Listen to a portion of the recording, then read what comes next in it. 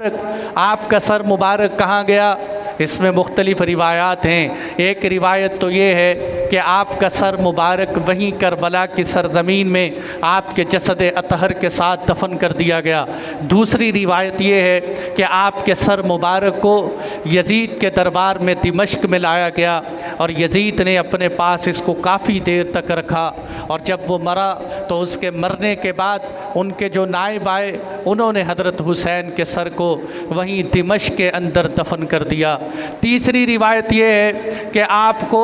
قاہرہ کے اندر آج بھی وہاں مشہد حسینی بنی ہوئی ہے، لوگ بڑی دور دور سے اس کو دیکھنے کے لیے جاتے ہیں کہ یہاں آپ کے سر مبارک کو دفن کیا گیا۔ چوتھی بات یہ ہے کہ آپ کے سر مبارک کو اہل بیت کے ساتھ روانہ کر دیا گیا اور انہوں نے جا کر مدینہ منورہ میں جنت البقیع کے قبرستان میں حضرت فاطمہ الزہرا کے پہلو میں دفن کیا۔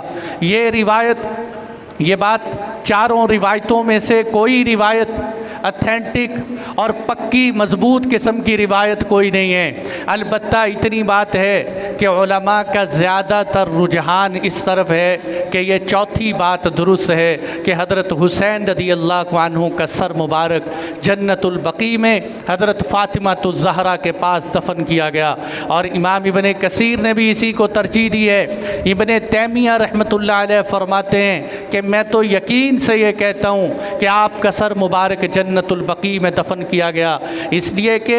جتنے بھی روایت کرنے والے ہیں سب ثقہ اور مضبوط قسم کے راوی ہیں جو یہ کہتے ہیں کہ حضرت حسین کا سر مبارک جنت البقیع میں دفن کیا گیا۔ یہ میرے